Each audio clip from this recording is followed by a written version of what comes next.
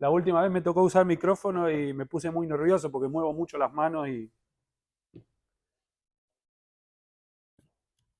Bueno, les pido que me acompañen a Primera Tesalonicenses, capítulo 5.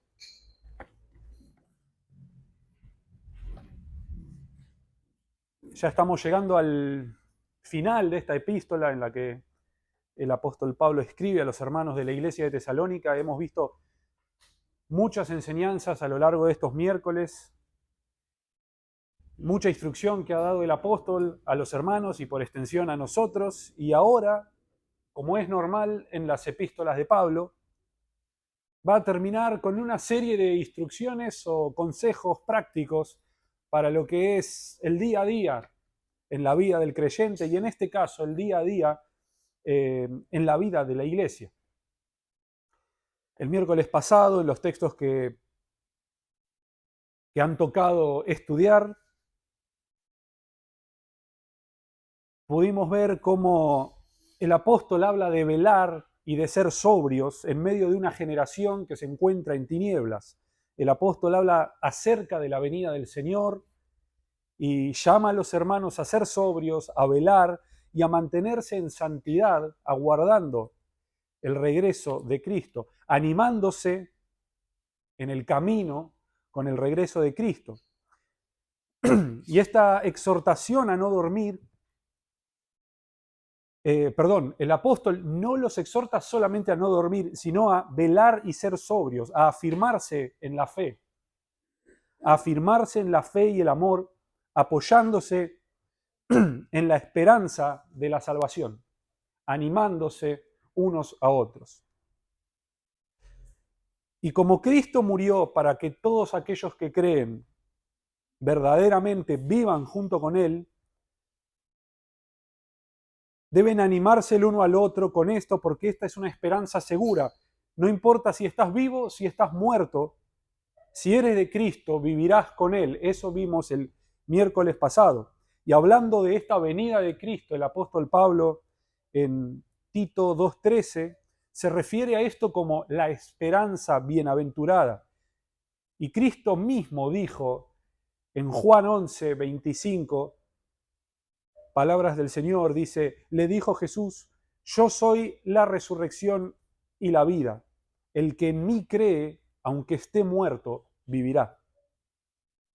Y esta era la verdad por la que los tesalonicenses debían animarse unos a otros, mientras tanto aguardaban el regreso del Señor. Debían mantenerse sobrios y velar en santidad. ¿Y cómo se traduce este velar y ser sobrios en el día a día en la iglesia? Bueno, se traduce en una serie de conductas que vamos a ver que el apóstol menciona a continuación. Necesitamos entender que estas directrices que da Pablo a los hermanos no son reglas que uno debe cumplir, es decir, cuando hablamos de las bienaventuranzas del Sermón del Monte, hemos dicho que no son reglas que el creyente debe cumplir, sino que un corazón regenerado naturalmente buscará eso. Es lo mismo con esto. Uno no es miembro de una iglesia por cumplir estas reglas que vamos a leer. Uno no es cristiano por cumplir estas reglas. La aseveración correcta sería la siguiente: el creyente verdadero, teniendo un corazón regenerado, buscará naturalmente conducirse de esta forma dentro de la congregación. Pero sin embargo, somos débiles, hay remanente de pecado en nosotros, por lo que si dejamos de velar, caeremos fácilmente y eso se verá en nuestra conducta en la iglesia de distintas formas, siendo ociosos, cayendo en desánimo o en debilidad. Por lo tanto, las reglas que el apóstol nos pone a continuación regulan tanto la manera de conducirnos dentro de la iglesia, así como también las relaciones dentro de la iglesia. Hoy vamos a ver la primera parte de todas estas reglas, digamos, que pone el apóstol, que están relacionadas con la forma de conducirnos y relacionarnos dentro de la iglesia. Veremos 2 puntos en esta noche y ahí vamos a ir al texto. Punto 1, la relación entre el creyente y los pastores. Y punto 2, los deberes de unos para con los otros. Por lo que acompáñenme al texto, por favor, Primera Tesalonicenses 5, vamos a leer desde el versículo 12 hasta el 15 inclusive.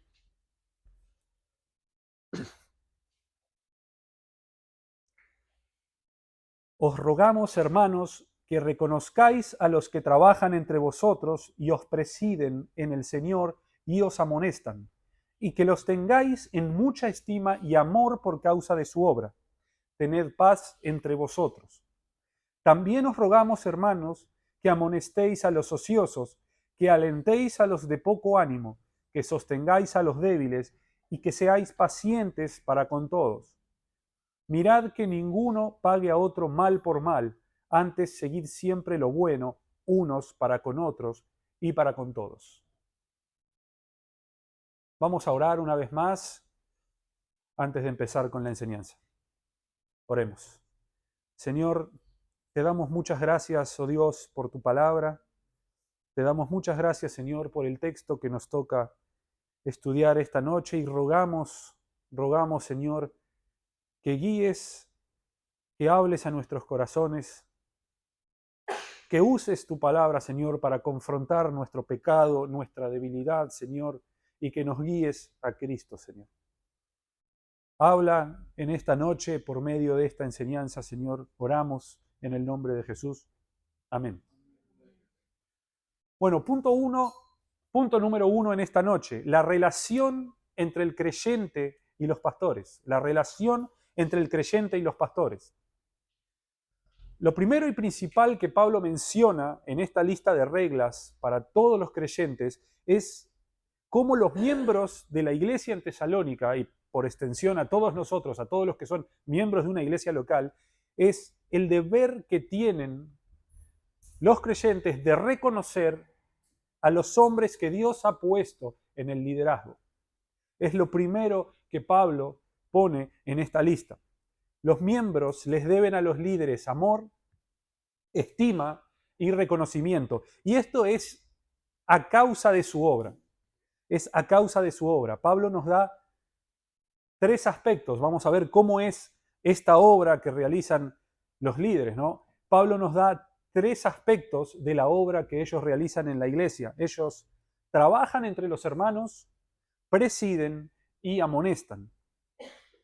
Y vamos a ver uno por uno qué significa y qué conlleva estas tareas que realizan los líderes en la iglesia. En primer lugar, ellos trabajan. Son hombres que trabajan. Y la palabra griega que se traduce aquí como trabajan es interesante. Es una palabra que significa exhibir gran esfuerzo, al punto de quedar agotado. Por lo tanto, estos hombres llevan adelante sus tareas ministeriales con esfuerzo, con dedicación e incluso hasta llegar al agotamiento. El pastor proclama el evangelio desde el púlpito, pero también aplica el evangelio a las situaciones particulares de cada uno. Explica e interpreta la verdad bíblica. El pastor está presto a atender a los hermanos, a amonestarlos, a aconsejarlos, a guiarlos desde las Escrituras. Y esto muchas veces es una tarea pesada, por lo que se hace con esfuerzo. Un buen ejemplo, hermanos, de un pastor esforzado puede ser Pablo mismo. Sabemos de sus viajes misioneros, de sus naufragios, de las dificultades que ha tenido que atravesar. Sin embargo, él siempre siguió en su tarea, estableció iglesias, nombró ancianos, hasta la muerte. En esta misma epístola el apóstol nos dice en el capítulo 2, versículo 9, dice, porque os acordáis, hermanos, de nuestro trabajo y fatiga, como trabajando de noche y de día para no ser gravosos a ninguno de vosotros, os predicamos el evangelio de Dios.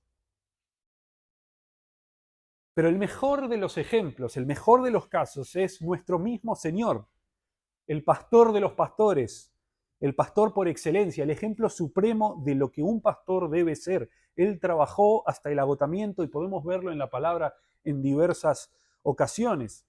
Por ejemplo, en Juan capítulo 4, por ejemplo, en el relato en que él se encuentra con la mujer samaritana, sabemos que Cristo pasó por Samaria para poder alcanzar a esa mujer y alcanzar a mucho pueblo dentro de Samaria. Pero él en el camino se cansó. En el versículo 6 del capítulo 4 de Juan dice, y estaba allí el pozo de Jacob. Entonces Jesús, cansado del camino, se sentó así junto al pozo. Era como la hora sexta. Sabemos cómo sigue el relato. Él le pide a la mujer que le dé de beber. Él estaba agotado por completo por el camino. O en el relato de Marcos capítulo 4, por ejemplo, en la tormenta, Jesús se queda dormido en medio de la tormenta. Dice Marcos capítulo 4, versículos 37 y 38. Pero se levantó una gran tempestad de viento, y echaba las olas en la barca de tal manera que ya se anegaba. Y él estaba en la popa durmiendo sobre un cabezal. Y le despertaron y le dijeron, Maestro, ¿no tienes cuidado que perecemos? Él estaba dormido en medio de la tormenta. Yo no sé cuántos han estado en un barco que se mueva por las olas en medio de una tormenta fuerte y pueda quedarse dormido. Estaba completamente agotado. Por lo que es un ejemplo, es el ejemplo de lo que un pastor debe ser. Y uno de los aspectos que Pablo menciona aquí es que trabajan hasta el agotamiento. El punto es que el pastor trabaja esforzadamente para llevar adelante sus tareas ministeriales, aunque esto signifique en muchas ocasiones llegar al agotamiento. El segundo aspecto de esta obra que realizan, que Pablo nos dice, es el de presidir. Pablo dice, presiden en el Señor. Y en cuanto a este punto es interesante aclarar que cuando hablamos de presidir, no nos estamos refiriendo a pararse en el púlpito a dirigir las alabanzas o a dirigir los himnos o nada de eso, o el orden en la reunión, sino que lo que significa presidir es exactamente gobernar. Presidir puede traducirse como pararse ante y significa liderar o dirigir con autoridad. Al presidir, los pastores están ejerciendo autoridad para gobernar la iglesia, puestos por Dios mismo. Son de alguna manera delegados del pastor principal, quien es Cristo. Y la autoridad detrás de ellos es el Señor.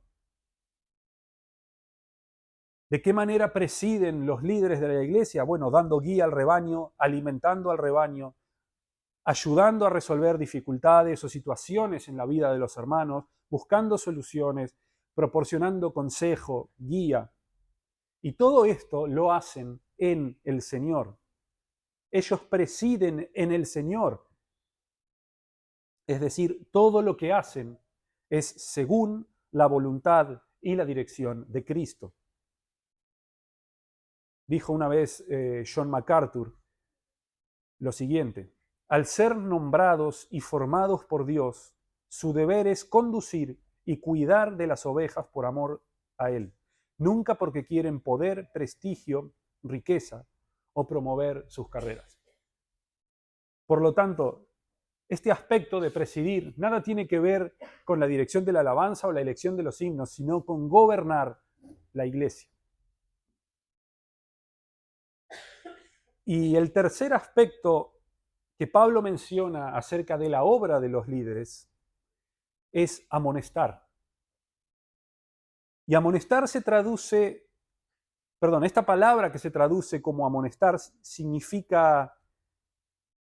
no significa meramente enseñar o impartir conocimiento teológico, sino más bien es una acción que conlleva una intención. Amonestar es guiar, enseñar con el propósito de corregir o cambiar algo deficiente, cambiar algo que es incorrecto. Dicho de esta forma, amonestar significa corregir con la intención de que la persona que recibe esta amonestación cambie para bien. De hecho, uno de los requisitos del pastorado es que sea apto para enseñar. Por lo tanto, los pastores son maestros capaces y capacitados para enseñar la verdad a fin de no solamente impartir conocimiento, sino también exhortar y amonestar y corregir.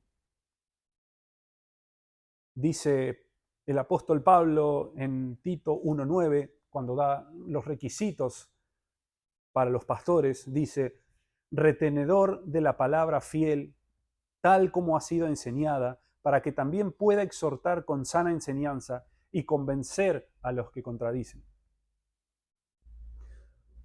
Por lo tanto, el pastor debe enseñar de forma tal que exhorte a los creyentes a andar según la verdad y, si es necesario, corregir a aquellos que la nieguen.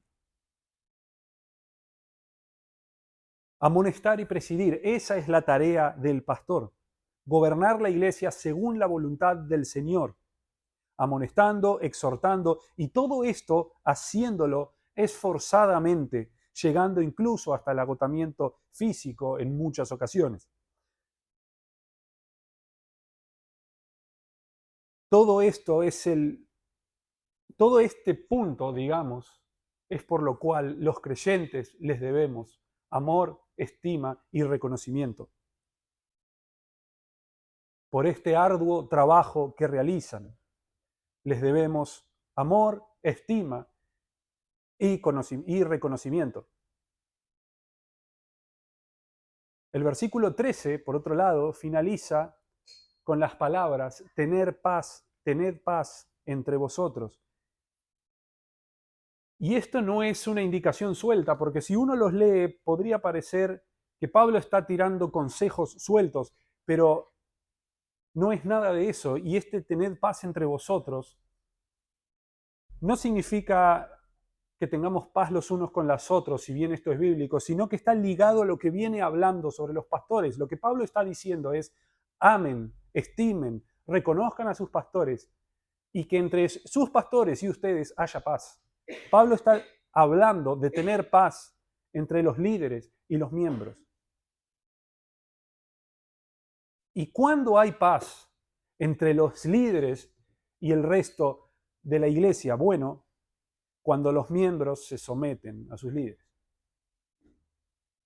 Para que haya paz entre los líderes y los miembros es necesario que estos se sometan para que reine la paz y la armonía en la iglesia. Si bien no es el momento de hablar sobre el sometimiento, es necesario aclarar que el sometimiento debe ser de una forma que honre a Dios. Me someto a los pastores porque me someto a Dios y Dios me ordena someterme a ellos, reconociendo siempre que la autoridad de los pastores no proviene de ellos, sino del Dios que está detrás de ellos, quien los puso como líderes. Y esto debe ser aclarado y tratarse con mucho cuidado, porque muchas veces uno puede caer en idolatría, en idolatrar a sus líderes, en idolatrar a sus pastores, aceptando absolutamente todo lo que dicen como revelación divina.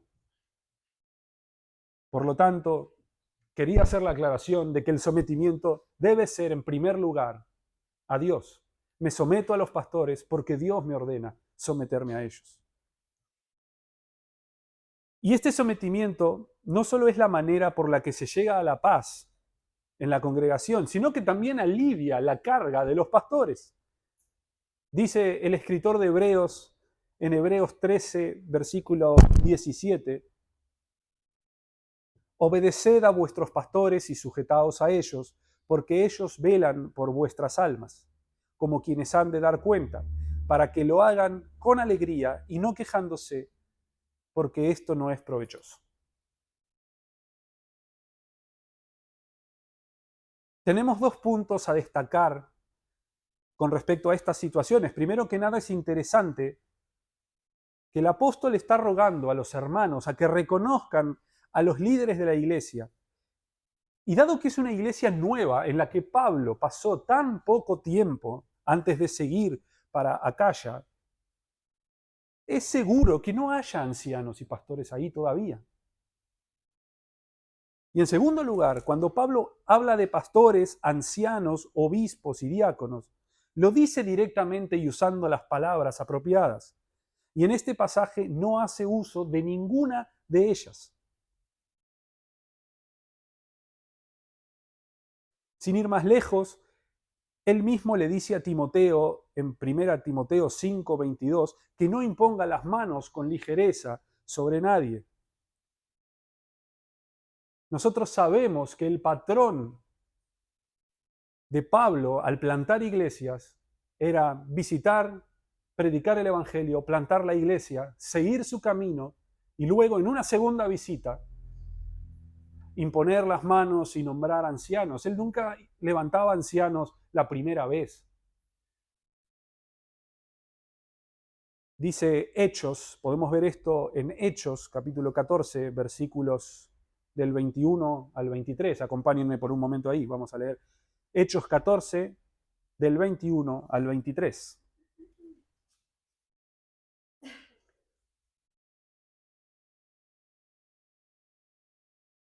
Y después de anunciar el evangelio a aquella ciudad y de hacer muchos discípulos, volvieron a Listra, a Iconio y a Antioquía, confirmando los ánimos de los discípulos, exhortándoles a que permaneciesen en la fe y diciéndoles: es necesario que a través de muchas tribulaciones entremos en el reino de Dios. Y constituyeron ancianos en cada iglesia, y habiendo orado con ayunos, les encomendaron al Señor en quien habían creído. Según vemos aquí, el patrón que seguía el apóstol era plantar la iglesia. Luego, en una segunda visita, confirmar a los hermanos, y ya viendo más claramente la madurez de cada uno, él preparaba y establecía ancianos. Por lo tanto, dado que Pablo había estado en Tesalónica una sola vez por un periodo de 2 o 3 semanas, muy poco tiempo, y ahora no hace uso de las palabras ancianos y pastores o diáconos y obispos, concluimos que la iglesia aún no tenía un liderazgo definido, no tenía oficiales. Y en este sentido, el significado del texto es mucho más amplio. Los creyentes les deben estima, amor y reconocimiento a los pastores, pero no solo a los pastores, sino también a los diáconos. Y no solo a los diáconos, sino también a los hermanos que trabajan arduamente en la iglesia por amor y por la obra de Cristo. Y esto es más que interesante, porque nosotros, siendo una iglesia joven, habiendo pasado hace poco todo lo que fue el proceso de membresía y el nombramiento de oficiales, vivimos muchas situaciones previas a eso que probablemente hayan sucedido también en Tesalónica. Podemos imaginar a un grupo de hermanos en Tesalónica, una membresía constituida por Pablo mismo, todos en el mismo nivel de madurez, porque todos son nuevos creyentes, pero luego, de manera natural, algunos comienzan a trabajar más que otros y asumen el liderazgo y empiezan a llevar adelante la obra. Y es altamente probable que haya habido algunos que se pregunten: ¿y por qué estos se levantan sobre nosotros? ¿Y quién puso a estos sobre nosotros? Ellos se pusieron solos, ¿por qué se levantaron? ¿Quiénes son para estar al frente? Es altamente probable y es exactamente lo que vivimos nosotros hace unos 3 o 4 años. Por parte de hermanos que han cuestionado, hermanos que se han ido y otros que han cambiado. No es descabellado pensar así, nos ha pasado a nosotros mismos y es altamente probable que haya pasado en Tesalónica. Por lo tanto, con respecto a este punto, hermanos, amemos, estimemos y reconozcamos a aquellos que trabajan esforzadamente entre nosotros. Amemos, estimemos y reconozcamos a todos aquellos hermanos que trabajan entre nosotros esforzadamente, a los pastores primero y a todos los que no son oficiales también.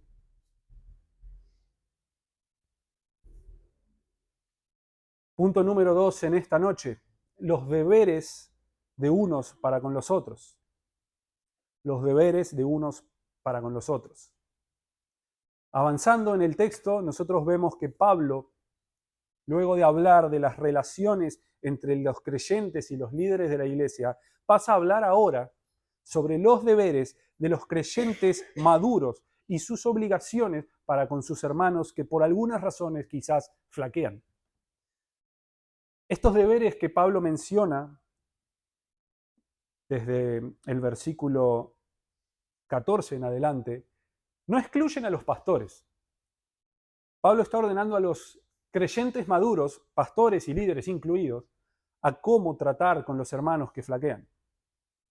Y el apóstol aquí nombra tres grupos: los ociosos, los desanimados y los débiles. Si bien el apóstol dice explícitamente que seamos pacientes, no es suficiente el simplemente tolerar. No es suficiente simplemente el tolerar las flaquezas de los hermanos. No es suficiente tener paciencia y tolerar los errores del hermano. Uno tiene que ser intencional y el apóstol Pablo nos dice qué hacer con cada grupo, con cada hermano. El apóstol manda a los tesalonicenses y por extensión a nosotros a ser activos en la corrección de estas flaquezas, amonestar a los ociosos, alentar a los de poco ánimo y sostener a los débiles.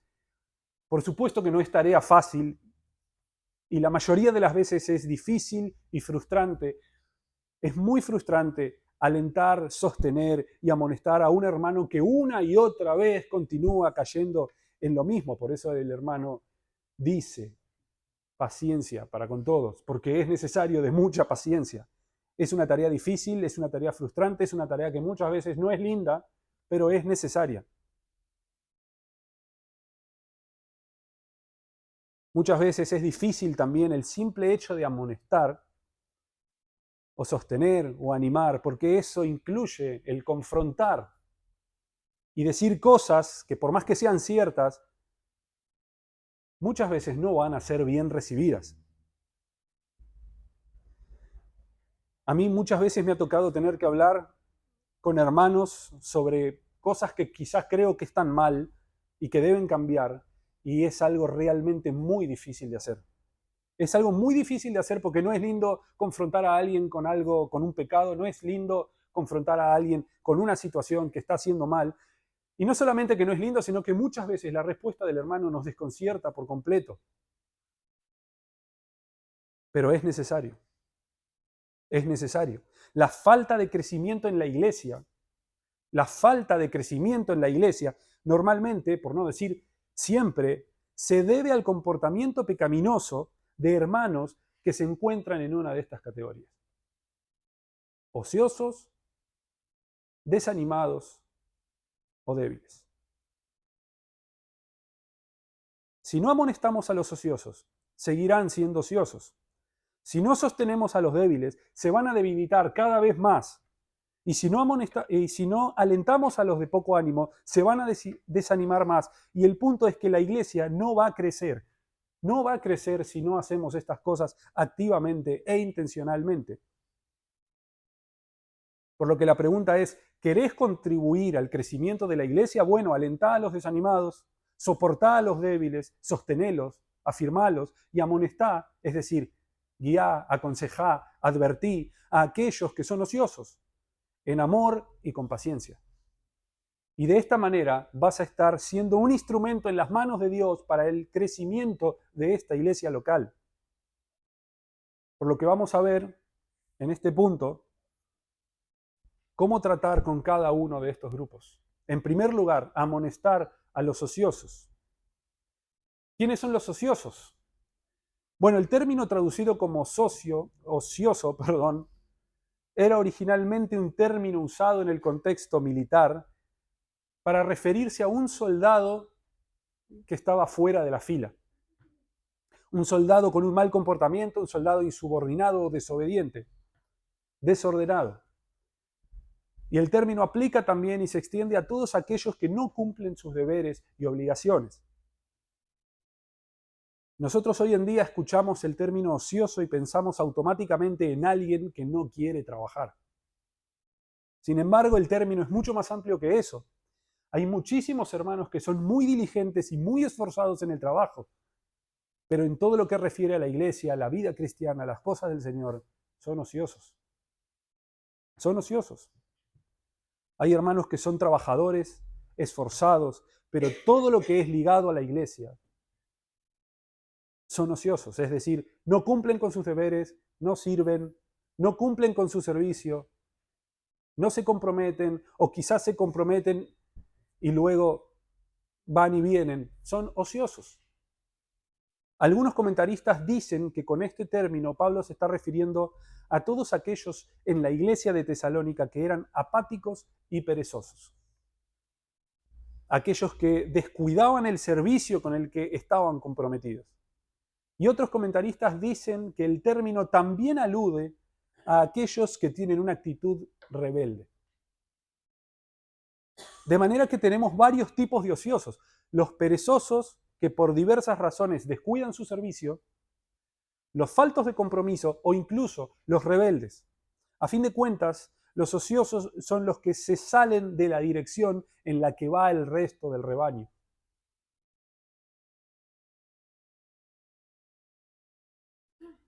Y es importante en este punto aclarar que los ociosos, me atrevo a decir siempre, tienen excusas perfectas para sus faltas. No puedo servir con esto porque no tengo tiempo, no puedo comprometerme con esto porque tengo esta situación. Consciente o inconscientemente disfrazan sus faltas haciéndolas ver como pruebas o luchas, echando la culpa de sus faltas a situaciones externas. Los hermanos de este tipo, si no son corregidos, pueden seguir caminando en esta dirección, empeorando cada vez más, llegando a ser rebeldes, y en una actitud de rebeldía pueden incluso caer en murmuración y pueden causar división. ¿Qué debe hacer un creyente maduro con los hermanos así? Amonestarlos. Y cuando digo amonestarlos, no me refiero a retarlos, me refiero a guiar, aconsejar. Amonestarlos es acompañarlos en su caminar diario, es advertirles sobre el peligro y las consecuencias que habrá si siguen por este camino. Amonestar no es retar, no es confrontar duramente, no es juzgar, no es condenar, sino es acompañar. Acompañar y advertir. De manera que debemos amonestar a un hermano ocioso, no juzgarlo, ni condenarlo, ni criticarlo duramente, sino aconsejarlo, advertirlo y a ayudar a entender su falta, que el hermano pueda entender su falta en lugar de buscar excusas. La intención siempre es que el hermano se arrepienta. El segundo grupo mencionado por Pablo son los de poco ánimo. Son los desanimados, y el original que se traduce como poco ánimo es interesante, significa literalmente de alma pequeña. Son aquellos hermanos que fácilmente caen en desánimo y el desaliento ante las dificultades. En la iglesia de Tesalónica sabemos que había muchos desanimados, sabemos, según los pasajes que hemos estudiado previamente, que muchos estaban desconsolados al pensar que todos aquellos que habían muerto se perderían el regreso de Cristo. Si bien es un hecho que muchos estaban desanimados por esta causa, no es la única causa. La iglesia de Tesalónica tuvo que soportar muchas dificultades, la oposición del evangelio, la persecución, entre otras cosas. Eran comunes todas estas cosas para la iglesia de Tesalónica y podían generar desánimo. Pero es interesante, hermanos, que el desánimo siempre se debe a una de dos razones. A una de dos razones. A veces por un conocimiento errado sobre algo o por falta de fe. O por falta de fe. En el caso de los hermanos de Tesalónica, muchos estaban desanimados y desconsolados porque los hermanos que habían muerto se perderían del regreso de Cristo. Era un conocimiento errado. Por eso Pablo tuvo que traer claridad en el asunto y poder explicar acerca de la esperanza de que ellos resucitarían. Y el segundo motivo es la falta de fe. Aquellos que son fácilmente derribados por el desánimo ante las circunstancias externas están demostrando una fe pequeña. Están demostrando una falta de confianza en la soberanía de Dios. Incluso aquellos que caen en desánimo a causa de sus propios pecados, muchas veces están demostrando su falta de confianza en la obra de Cristo, que es suficiente para cubrir esos pecados.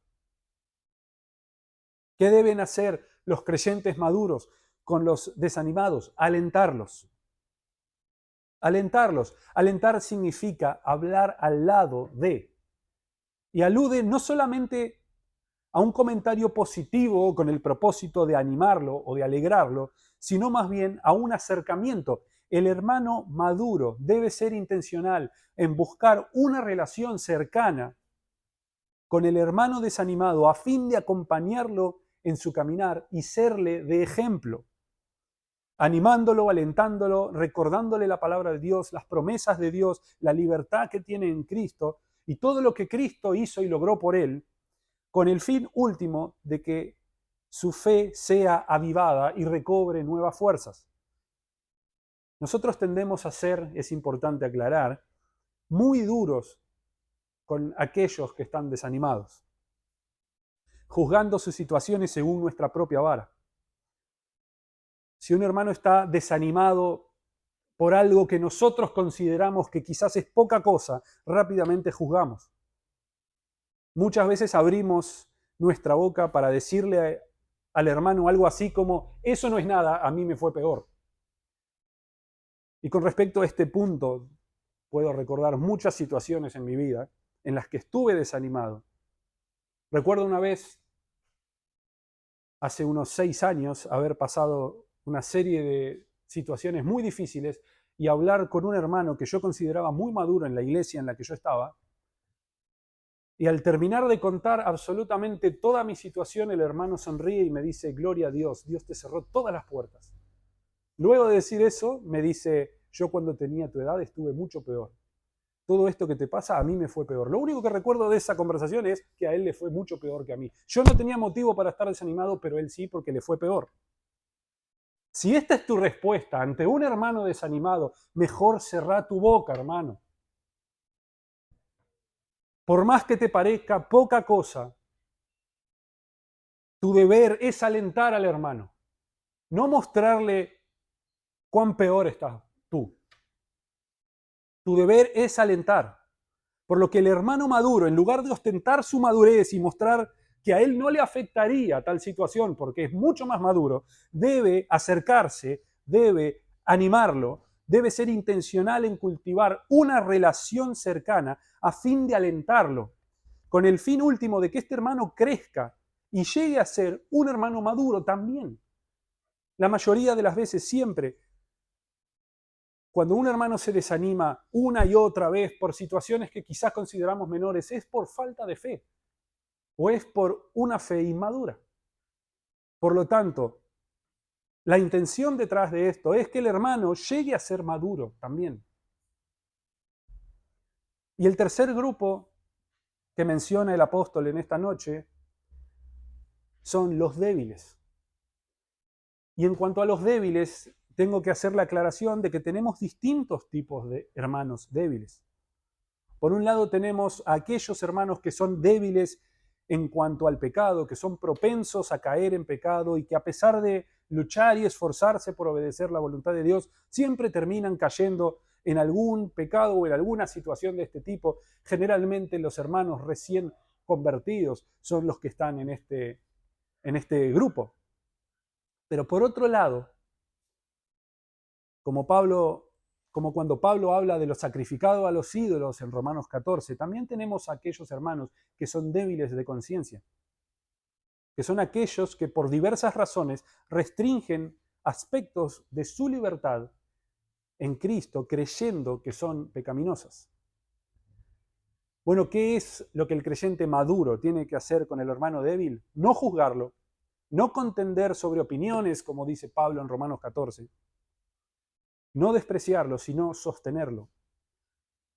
La palabra que se traduce como sostener originalmente significa asir con firmeza, es decir, Pablo está diciendo a los hermanos fuertes que deben aferrarse a los débiles para afirmarlos, para sostenerlos, para impedir que ellos caigan. De manera muy similar que con los hermanos desanimados, el hermano fuerte debe buscar de manera intencional una relación cercana con el hermano a fin de sostenerlo, a fin de que por medio del ejemplo, de la instrucción bíblica, este hermano sea afirmado. Con respecto a los que son débiles y propensos a caer en cuestiones de pecado, exhortarlos en amor, afirmarlos, llevarlos a mirar a Cristo. Y con respecto a los débiles de conciencia, no contender sobre opiniones, como dice Romanos 14, sino guardando sus conciencias, limitando nuestra libertad en Cristo, si es necesario, para guardar al hermano y que no sea perturbado. Sin embargo, en este punto, como en todos los puntos, hay algo que quiero aclarar y no quiero dejar pasar en esta situación con respecto a los débiles, y es lo siguiente. Si toda la vida sos débil, hay un problema grande. Hablamos de los desanimados, hablamos de los débiles, hablamos de los ociosos. Siempre va a haber ociosos, siempre va a haber débiles, siempre va a haber desanimados, pero lo normal es que siempre sean grupos, dentro de esos grupos sean hermanos diferentes. Si toda la vida los ociosos son los mismos, los débiles son los mismos y los desanimados son los mismos, entonces la iglesia no está creciendo y hay un problema muy grande. Acompáñenme por un momento a Romanos capítulo 14, versículos del 1 al 4.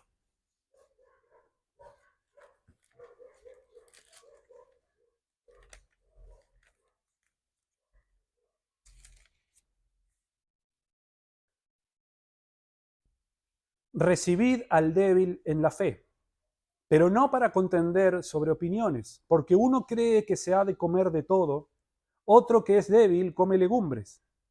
El que come, no menosprecie al que no come, y el que no come, no juzgue al que come, porque Dios le ha recibido. ¿Tú quién eres que juzgas al criado ajeno? Para su propio Señor está en pie o cae, pero estará firme, porque poderoso es el Señor para hacerle estar firme.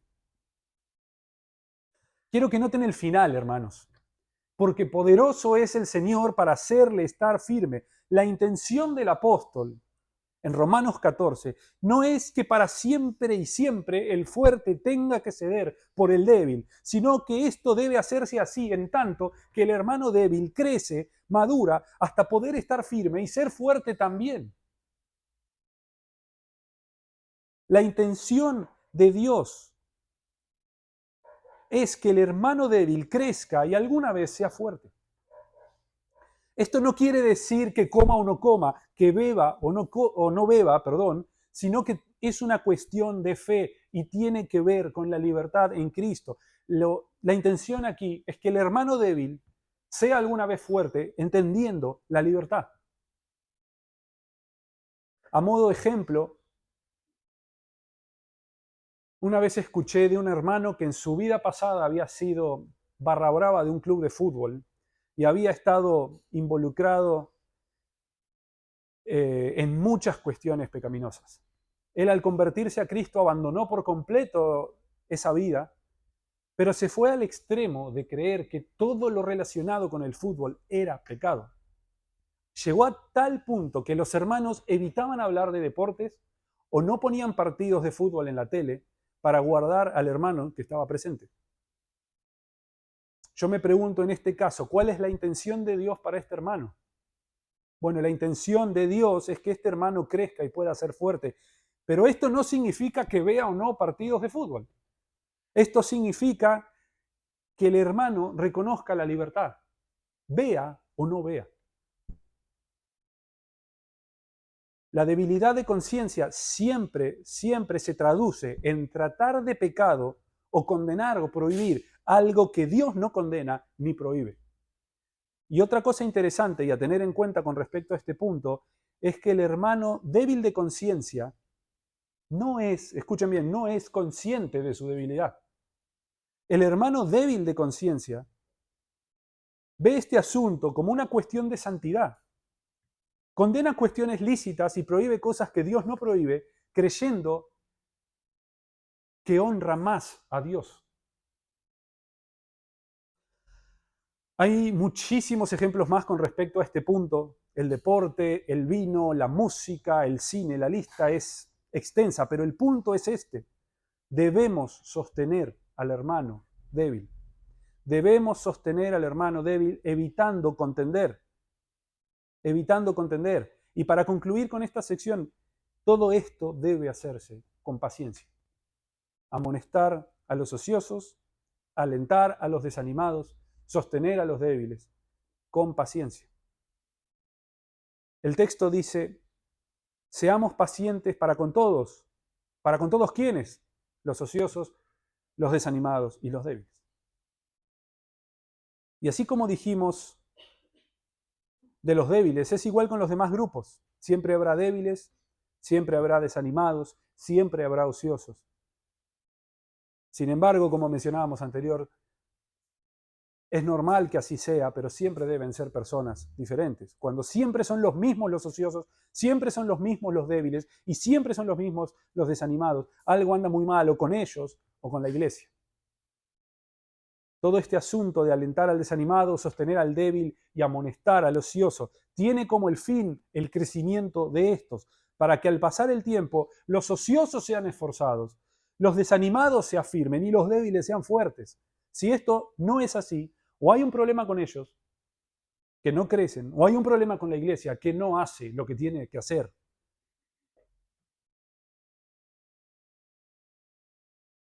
Todo este texto que leímos hoy termina con el no pagar mal por mal. Es la última regla que Pablo nos pone en esta lista. Bueno, hay más para el miércoles que viene, pero en las que nos tocan hoy.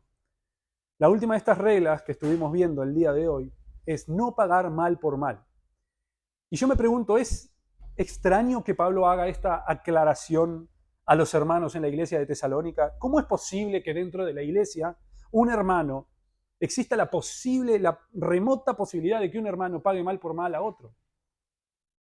Bueno, no solo sucede, sino que sucede muchísimo más de lo que pensamos. No hay nada más frustrante y desconcertante y doloroso para un creyente que la ofensa de otro creyente verdadero dentro de la iglesia. Uno puede soportar la oposición, las burlas y las ofensas del mundo. Pueden ser toleradas, pero la ofensa de un hermano dentro de la iglesia local es intolerable al punto de que a uno le genera el pagar mal por mal. ¿No es normal acaso ver en la iglesia hermanos que se distancien?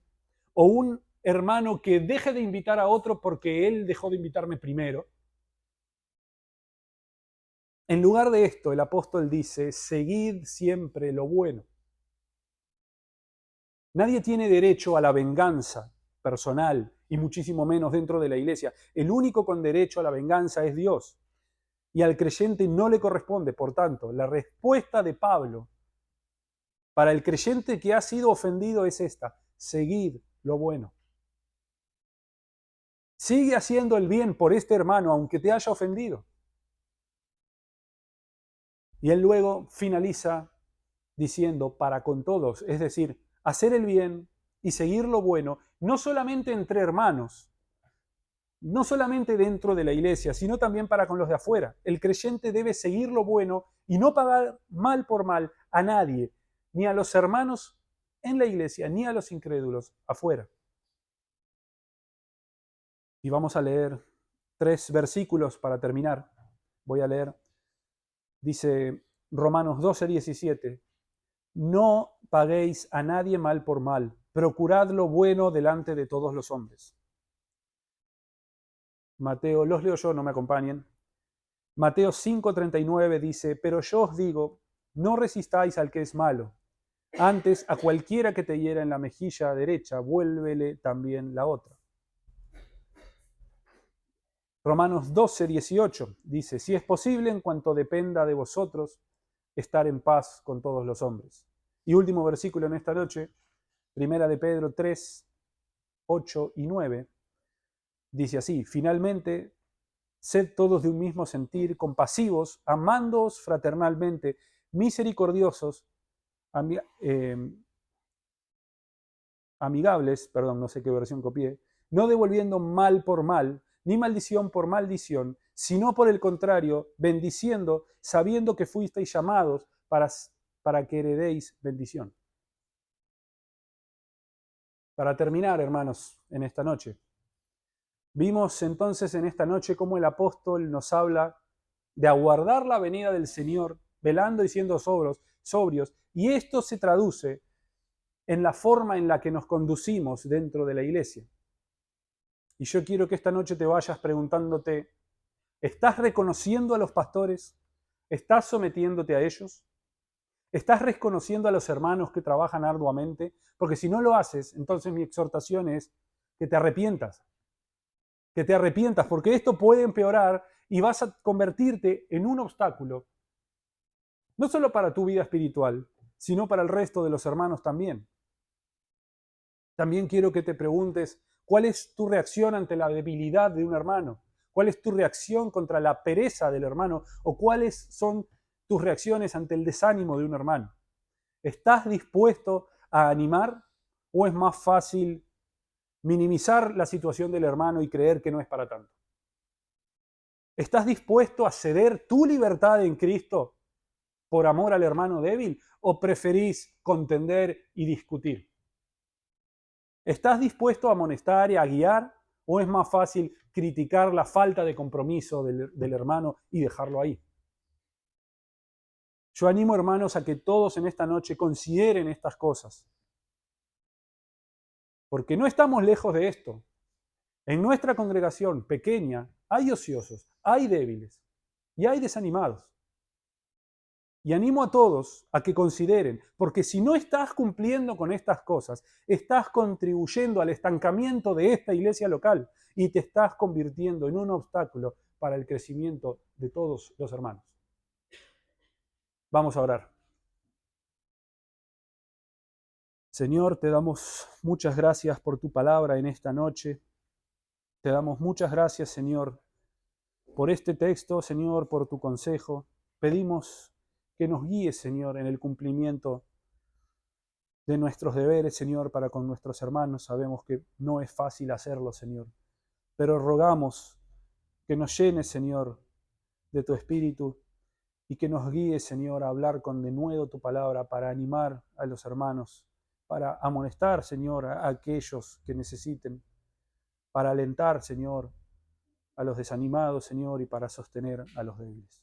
Oramos y damos gracias por tu palabra, en el nombre de Jesús. Amén.